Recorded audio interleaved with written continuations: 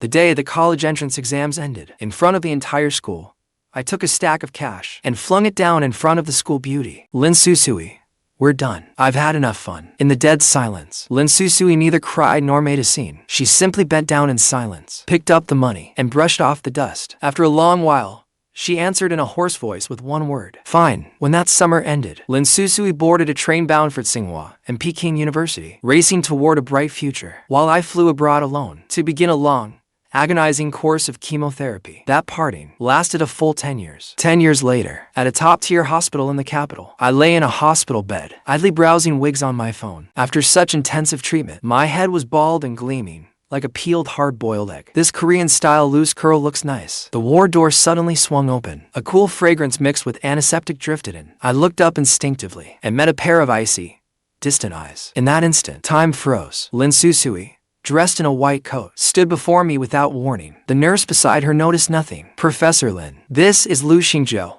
the new patient assigned to your team. The instant Lin Suisui looked at me, my mind went blank. My phone nearly smacked me in the face. The woman I thought I would never see again had somehow become my attending physician. I hurriedly straightened my mask, wishing I could bury my head under the blankets. I did not dare meet her eyes, but I could feel her heavy, icy stare. It was nothing like her helpless, gentle gaze from back then. The intern began reading my medical history. Xingzhou, male, 28 years old. Non-hodgkin lymphoma discovered during a physical exam 10 years ago. Further diagnosed as. No need to continue. The interrupted intern asked curiously. Professor Lin, do you know this patient? My heart leaped into my throat. My fingers swiped aimlessly across my dark phone screen. After a moment, her calm, flat voice cut through the air. No. His case is unusual. I only took a second look. With that, she turned to examine the next patient. She never looked at me again before leaving. The moment the door closed, I collapsed onto the bed, my back drenched in cold sweat. It seemed Lin Suisui had truly forgotten me. Then again, I had been so heartless back then. She must have hated me. Truthfully, 10 years ago, Lin Suisui and I belonged to entirely different worlds. I was the class's infamous troublemaker. My family had some money, so I caused havoc all day long. My grades were consistently last in the entire grade. To save this hopeless wreck of a student, our homeroom teacher went to great lengths. He deliberately seated Lin Suisui beside me. Lin Suisui was my complete opposite. She was brilliant, cool, and reserved, with an ethereal, delicate beauty. Her world held nothing but endless practice papers and one first-place finish after another. Her only flaw was probably that her family was desperately poor. At first, she could not be bothered to acknowledge me, but I was different. I had no shame. What did boys our age know about courting girls? What did we know about romance? Flowers, love letters, and snacks. That was all. Watching them, I scoffed. One bright, sunny morning, while every boy in school was giving his goddess those flashy, useless gifts, I hauled over a box of books and dropped it with a bang onto Lin Suisui's desk. Everyone around us was stunned. Lin Suisui frowned and looked up at me. I patted the box, looking thoroughly pleased with myself. The complete 5 years of college entrance exams, 3 years of mock exam set, and Wang Ying's exclusive mock exam papers, unavailable in stores. Also, all your test and study material fees this semester. I will cover every last one. As they say, even the most self-possessed girl can be won over by a persistent suitor. Even the aloof Lin Suisui could not withstand my blunt, no-nonsense approach that hit exactly where it mattered. Before the semester was over, we had become everyone's oddball pair. Those days were wonderful. Usually, I could not stand listening to teachers lecture. The moment they spoke, I got sleepy. But whenever Lin Suisui picked up her pen and lightly tapped my head, then said coldly, Xingzhou, look at the problem, I would instantly be wide awake. I would lie over my desk, pretending to study, while secretly watching her profile. On summer afternoons, sunlight streamed through gaps in the curtains onto her face. I could see even the faintest peach fuzz clearly. Look at the problem. Why are you looking at me? I do not have the answers written on my face. She always scolded me with red ears. You are prettier than any problem, I said with a cheeky grin. Under her merciless coaching, this lifelong bottom ranker miraculously started to catch on. In just 1 year, my total score rose by more than 100 points. Before the entrance exams, we even bought a huge map of China. Holding a red marker, Lin Suisui drew a bold circle round Beijing. Then she drew a straight line to our tiny county town, Xingzhou. We made a promise. We will meet in the capital. No long-distance relationship. We will go to college together. Her eyes sparkled, more beautiful than the stars overhead. Okay, it is a promise. Whoever backs out is a puppy. Back then, we were so full of hope that I truly believed the future was within reach. If not for that damn physical examination later on, a violent bout of vomiting dragged me back to reality. Hugging the toilet, I vomited until my vision went black. My childhood friend anxiously moved to find a doctor. I grabbed him. Do not go. If Lin Suisui realizes I am that jerk from back then, she might prescribe 100 rounds of chemo just to settle the score. The words had barely left my mouth when a cool voice drifted from behind me. Who told you? You need 100 rounds of chemotherapy. My whole body went rigid. I did not even dare turn my head. That night, while giving me an injection, the nurse gossiped. Strange. Professor Lin usually does not handle minor details, yet she specifically ordered imported anti-nausea injections for you. Oh, right? Did you know? Professor Lin is a genius. She went straight through bachelor's, master's, and doctoral studies. I hear she is about to marry the hospital director's son. He earned his doctorate overseas. They are a perfect match. My friend's smile froze. He looked at me awkwardly. I picked out a loose thread on my hospital gown and gave a bitter smile. Good for her. She has a brilliant future ahead of her. I have a narrow bridge to cross alone. After that, Lin Suisui never appeared again. Not until I was discharged. My childhood friend rented me an old ground floor house with a yard in the capital. I had barely settled in when our high school class president brought several old classmates over for dinner. The kitchen was warm and bustling. As the class president prepped vegetables, he asked, Xingzhou, you have lymphoma, a type of cancer. Lin Suisui is a leading specialist in this field. You did not go to her? My hand trembled. I do not want anything to do with her. Before I could finish, the doorbell rang. Then came my classmates' cries of surprise. Lin Suisui, you finally made it. I froze where I stood. I was not wearing a mask. My swollen, pale face was completely exposed for all to see. Lin Suisui wore a white shirt. Her gaze cut through the crowd and landed squarely on my face. After a moment's composure, she turned to the class president and said, let us have clear broth hot pot, light on oil and salt. Everyone got busy in the kitchen, leaving just the two of us in the living room. I was on pins and needles. I reached for my mask when, snap, Lin Suisui snapped the water spinach in her hand. She said coldly, you have already been recognized. What is the point of hiding now? I stiffened. Awkwardly, I pulled my hand back. I thought you had not recognized me at the hospital. No need. We are not close. She lowered her head and continued sorting vegetables, her tone utterly decisive. I wanted the ground to swallow me whole. Then the class president called for me to get paper towels. Grateful for the escape, I searched the TV cabinet, but I pulled too hard. An old picture frame on top of the cabinet wobbled, then fell straight down. I did not have time to dodge. A pale hand caught the frame steadily. Somehow, Lin Suisui was standing in front of me. Her gaze fell on the picture inside the frame. It was from 10 years ago, a candid photo I had secretly taken of her sleeping profile at noon. A peaceful moment, frozen in time. I was finished. Lu Xingzhou, explain this. Her voice revealed neither anger nor pleasure. I scratched my head and pulled out a lock of hair. With nothing left to lose, I said, it's just a trendy wall of X's to commemorate lost youth. Lin Suisui pointed to the goofy photo beside it that I had put together as a cover-up. A silly picture of my childhood friend and me. So all these years, you have dated men too? I steeled myself. Yes, I date both men and women. So what? Lin Suisui's face darkened. She set the frame back with a heavy thud, sending up a cloud of dust. She picked up her coat and left. There is an emergency at the hospital. At the entryway, she looked back at me, cowering like a quail, and gave a faint, mocking laugh. Why would an unwanted ex like me need to stay here? The door closed. During my second hospitalization, I was fiercely arguing with Taobao customer service because the wig I ordered had been sent as stockings instead. When the ward door opened, Lin Suisui walked in. I tossed aside my phone and burrowed under the covers like a turtle. Lu Xingzhou. Lin Suisui's voice was mild. Muffled beneath the covers, I said, he is not here. I am his childhood friend. A few seconds later, the covers were ruthlessly pulled away, with my hair sticking up like a bird's nest. I looked up at her with a guilty expression. The male doctor beside her smiled, trying to ease the tension. Suisui is here to adjust your treatment plan. Lin Suisui frowned at my ridiculous appearance. It seems you are in no mood to listen. I will come back tomorrow. I hurriedly grabbed the hem of her coat. She stopped. Her eyes fell on my darkened fingertips. Something that looked suspiciously like heartache flashed in her eyes. She resumed her professional demeanor. After explaining the plan, she closed the folder. I want to switch you to the newest targeted therapy drug. It works well, but its side effects are severe. You will need to sign a clinical trial agreement. Without a second thought,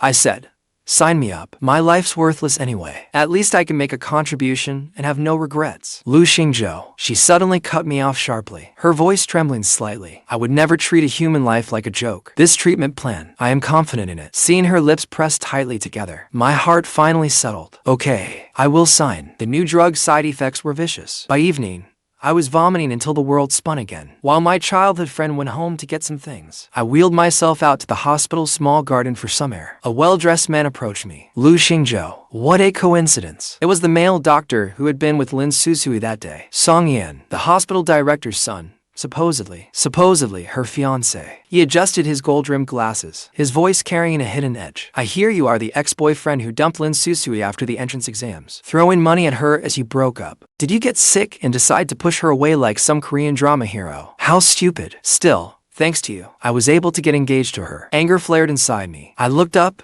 and snarled. Then send me 5 million yuan as a thank you fee. What if I have changed my mind? I will go win Lin Suisui back right now. I will tell her I still love her, just to make you mad. Instead of getting angry, Song Yan smiled. He looked behind me. Lin Suisui, if your ex confesses to you, will you go back to him? My smile froze. I turned around mechanically. Under the setting sun, Lin Suisui stood with both hands in her pockets, cold as ice. You can try. I was dumbfounded. Try what? Tell me you still love me, then see whether I come back to you. Song Yan gave a meaningful smile and walked away. Lin Suisui came over and took hold of my wheelchair. She pushed me along the lakeside. Are you not going to say it? She asked. I picked at my nails, tears swirling in my eyes. I only said that to anger Song Yan. I am sorry for causing you trouble, as I am now. What do I have left to offer her? Lin Suisui suddenly stopped. She came around and crouched in front of me. My engagement to Song Yan is only his father's wishful thinking. I asked him to say those things to you today. I was stunned. Then all my hurt burst out. Congratulations. Seeing me in this wretched state must satisfy you, right? Yes. You are unbelievably stupid. Lin Suisui's eyes reddened. She gripped my shoulders tightly. Do you think I ever cared about that stack of money? I asked the class president to send you the clinical trial recruitment notice. Why did I become a doctor when I was supposed to major in Chinese literature? Xingzhou, if it were not to save you, I never would have studied medicine. My mind went blank with a buzz. She had known everything all along. She quickly wiped her face. You are sick. I will not argue with you. But remember this. You will never get rid of me. That night, I called the class president. He confirmed that he had told Lin Suisui about my condition long ago. She camped outside my building for a week, without eating or drinking.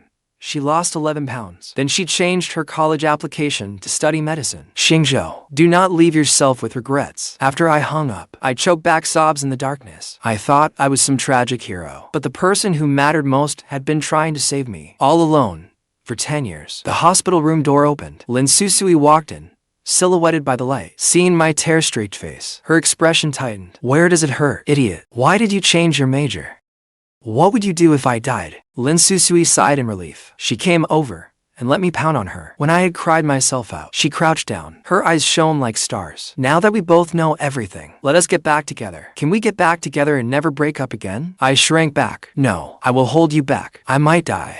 Xingzhou. She gripped my shoulders and raised a hand to swear an oath. I swear, even if one day death separates us, I will never give up living because of you. I will live well enough for both of us. So, will you tell me you love me? Like a weary bird that had flown through storms for 10 years, I had finally found somewhere to land. I let down every defense and buried my face in the hollow of her neck. Okay, we will get back together. After my second round of chemotherapy, my landlord would rather pay a penalty than let me stay. Lin Suisui peeled an apple and said calmly, move in with me. It is close to the hospital. I am a doctor, so I can take care of you. So, I naturally moved into her upscale apartment. Though we were living together, I was still somewhat reserved. I stayed in the guest room. One night, I needed the bathroom. When I opened the door, Lin Suisui was reading in the living room. I was not wearing my wig. Bald as an egg, I froze on the spot. She came over, gently lowered the hand shielding my head, pinned me against the wall, and kissed me. Our breaths tangled until I was breathless. I have wanted to kiss you for so long. She stroked my smooth bald head. You are so anxious about that wig every day. I did not dare make a move. I look awful, like a monster. I gave up on myself. You are not ugly. You are very handsome. She pulled me into the bathroom and pointed to the electric clippers on the counter. Shave my head for me. I was stunned. Are you crazy? You are a doctor. Your appearance matters. Lin Suisui sat on a small stool, watching me in the mirror. I am too young. Sometimes patients' families think I lack experience. Maybe a shaved head will make me seem more reliable. Her voice softened. I want to go through this with you. My eyes reddened. Unable to refuse her, I shakily shaved off her long black hair. Half an hour later, the mirror reflected to bald heads. She gave my lips a light kiss. From now on, when I shave your head, you will not resent me. We are even. I laughed through my tears. You fool. Later, I deliberately bought 2 wigs, one for me and one for her. We formed an unspoken agreement. We looked polished in public, but at home, we were to carefree bald heads again. When the class president learned my condition had stabilized, he arranged another reunion. He spoke cautiously over the phone. Maybe do not invite Lin Suisui this time. It could be awkward. While changing a light bulb, Lin Suisui spoke calmly into the speakerphone. Xingzhou and I will be there on time. A cup crashed over on the class president's end. Holy crap, you'd have got back together? At the Saturday reunion, Lin Suisui and I walked in hand. Everyone was dying for gossip. Who made the first move? I did. I was wrong before. I made him suffer. Lin Suisui answered calmly. After a few rounds of drinks, we played truth or dare. The bottle pointed to Lin Suisui. The question was, how many times have you been in love? Which relationship was the most unforgettable? She looked at me, her gaze unwavering. Once, with Lu Xingzhou. All these years, her heart had held only our unfinished first love. The bottle pointed to me the second time. When did you cry the hardest? I gripped her hand tightly. During my first chemotherapy session, I found what she wrote back then. May we meet again at the summit. I had pushed away the person I loved most. That regret hurt worse than cancer. In the final round of dare, the bottle pointed to Lin Suisui again. What is something you have wanted to do for a long time? She stood up, her voice clear and firm. Marry Lu Xingzhou. The private room erupted. Amid the cheers, I stared at her in disbelief. Late that night, we went home. Lin Suisui was slightly tipsy. She pulled me into the master bedroom. After we made love, I hazily heard her making a call in the living room. Her voice was full of hostility. Mom, this is my business. If it were not to save Lu Xingzhou, I never would have studied medicine. When you secretly took 20,000 yuan in consulting fees and changed my college application to send me into teacher training, why did you not think of this day? I was instantly wide awake, as though struck by lightning. So there had been more to it back then. From now on, if you dare cause him trouble, I will no longer consider you my parents. She hung up. Then she noticed I had been listening. I asked her, was studying medicine hard? She held me close. No, as long as you are waiting at the end. Even the hardest road feels sweet. Some people are destined to meet. Lin Suisui and Lu Xingzhou were always meant to be together. After that day, Lin Suisui and I set our wedding for 6 months later. First, to give my health more time to stabilize. Second,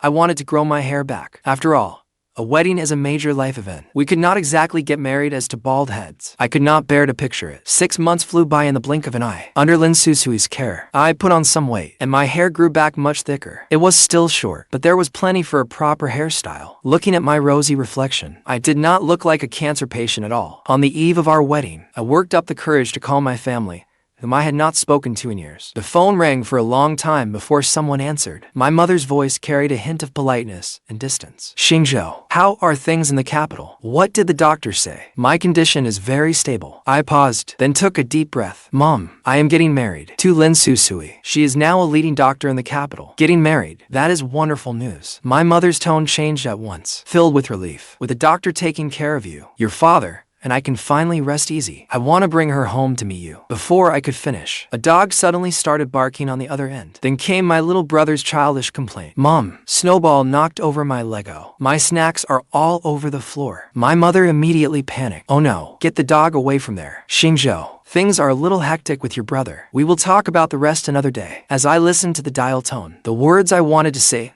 that I wanted to bring her home to meet them, lodged painfully in my throat. After I fell ill back then, my family wanted another child, both to carry on the family line and to give themselves hope. So they had a second child to pay for my treatment. They truly had drained their savings. I did not blame them for shifting their focus to my healthy, bright younger brother. It was just that they had gotten a dog, and no one had even told me. A cold draft seemed to blow through my heart, leaving it hollow and empty. Lin Suisui was beside me. She did not ask a thing. She only gripped my hand tightly, our fingers intertwined. Lu Xingzhou, marriage is about the two of us. From now on, I am your family. As long as you have me, that is enough. I looked into her unwavering eyes, my eyes burning. I nodded hard. Okay, you are all I need. In the end, we held our wedding in the capital. We did not make it a grand affair, and we did not notify either set of parents. The night we received our marriage certificate, we reserved a cozy little restaurant. We invited only our old classmates and friends in the city. Sure enough, the class president got drunk again. He jumped onto a chair,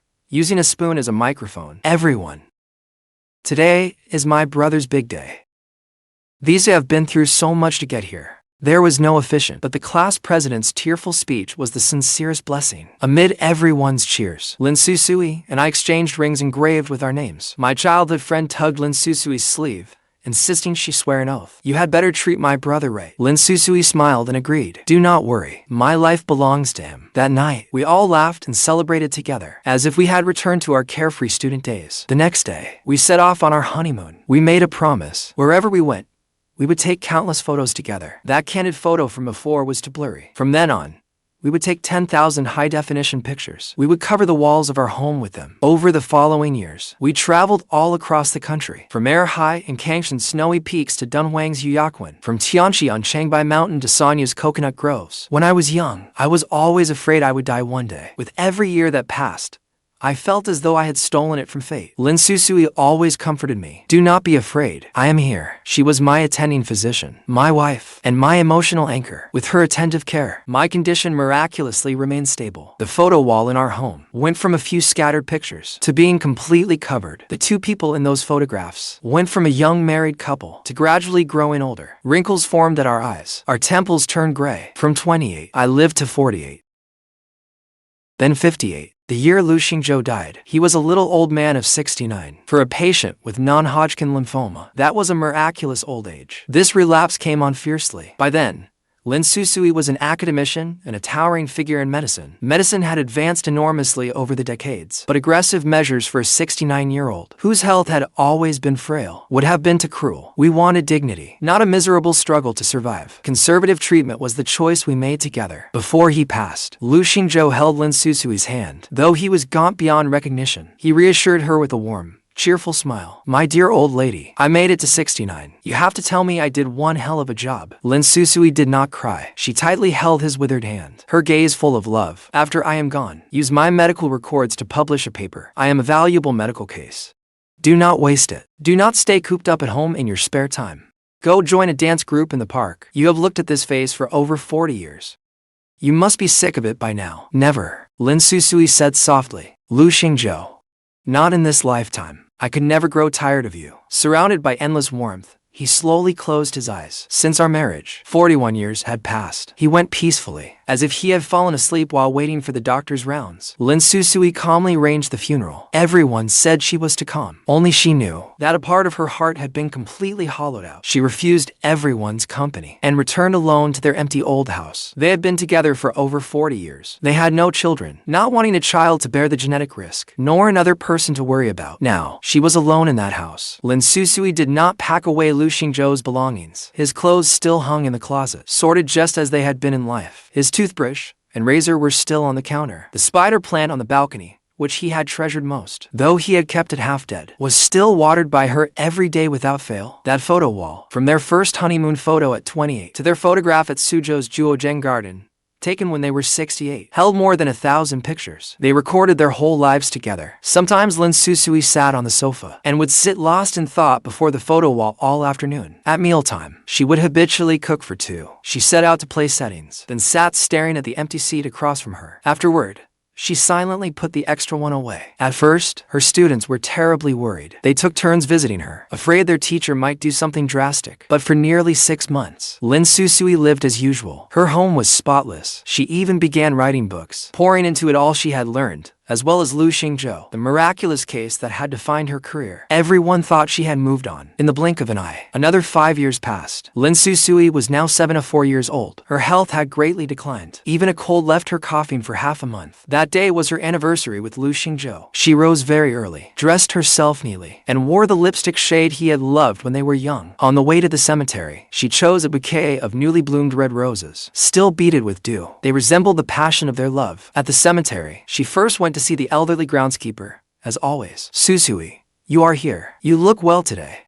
Yes, I came to see him. Any letters from him? Lin Suisui asked the question she had asked on every anniversary for the past 5 years. The groundskeeper searched the rusty mailbox for a moment, then shook his head. He said regretfully, "There are none this year." That was the last letter.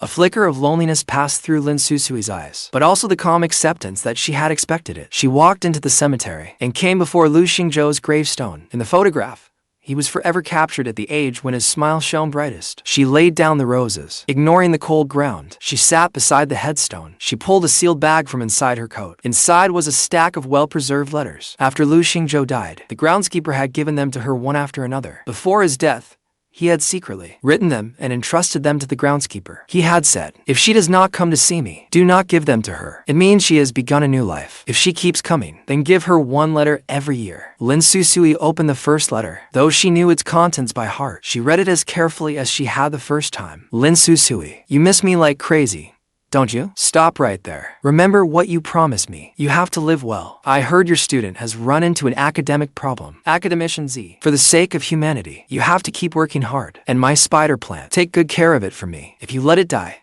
I will haunt you forever." Lin Suisui's lips curved slightly. Her fingertips traced the familiar handwriting. The second letter was from the following year. All right, you even kept the spider plant alive. Had I known, we should have raised a child instead. Never mind, you would have fussed over it too much. Have you taken a fancy to any old men lately? If you have, tell me about him. I will not be jealous. Yeah, right. I will ask around down here and check him out for you first. Several rambling letters were mixed in, full of everyday details and unfinished regrets. I suddenly remembered how, 3 or 4 years ago, we ate yak hot pot in Jiujaigu. It was unbelievably good. Go have it once more. Do it for me. At the summer solstice, likes ripen in the south. Guiwei likes are the tastiest. Fly there and eat them fresh. Do not be stingy with money. Arg, we only saw half of Jiangxi. We never climbed Mount Lushan. Your stomach is not well now. Eat less spicy food." As she read, Lin Suisui smiled through her tears. She could picture Lu Xingzhou scratching his head in frustration as he wrote these, grinning as he wrote. He had always been like this, afraid she would be lonely on her own. He did everything he could to stay present in the rest of her life. The stack of letters soon ran out. Only the final one remained. It had been sent last year. "Lin Suisui, you came again. Has life become so dull that you are talking to a dead man? Professor, what am I going to do? I cannot write anymore. I have always feared you would act on impulse and come down here to find me. So I wrote all these rambling letters to hold you back. I counted them. There must be over 20 by now. I bet you will never make it this far. By now, perhaps you are surrounded by children and grandchildren. If you are married or traveling around the world. But if you are still reading this, Lin Suisui, I admit, I am deeply moved. I have won the whole world, but this has to end here. I will not write any more letters. I am truly sorry for leaving you alone for so long. Sometimes, when I think about it, it was selfish of me to make you suffer in this world. It was terribly unfair. I will no longer interfere with any decision you make. If you are tired, then rest. I will no longer wish you health and a long life. I wish for all your hopes to come true, and for you to be happy forever. Yours always, Lu Xingzhou." After Lin Suisui finished reading every letter, her hands trembled slightly. She packed them away again, and pressed them to her chest. In late autumn that year, she truly received no more letters. Perhaps he no longer needed to write to her. Perhaps he was growing impatient waiting for her over there. As evening fell, the elderly groundskeeper drank a little to ward off the cold, and went to bed early. After one night, snow blanketed everything. The groundskeeper put on his overcoat and came out to clear the snow. As he reached the corner, he suddenly froze. From afar, he saw someone leaning against Lu Xingzhou's gravestone. Thick white snow blanketed her, almost blending into the sky and earth. She was curled up, clutching something tightly to her chest, utterly motionless. The groundskeeper's heart dropped. He threw down his broom and ran over. A layer of frost coated Lin Suisui's eyebrows. Her face was peaceful as a sleeping baby's. "Hey, Suisui." Lin Suisui collapsed, stiff as a board. The letters in her arms scattered everywhere. The scarlet rose petals stood out painfully against the snow. She was 7 to 4 years old. After 5 years apart, on a bitterly cold, snowy night, Lin Suisui went to find the boy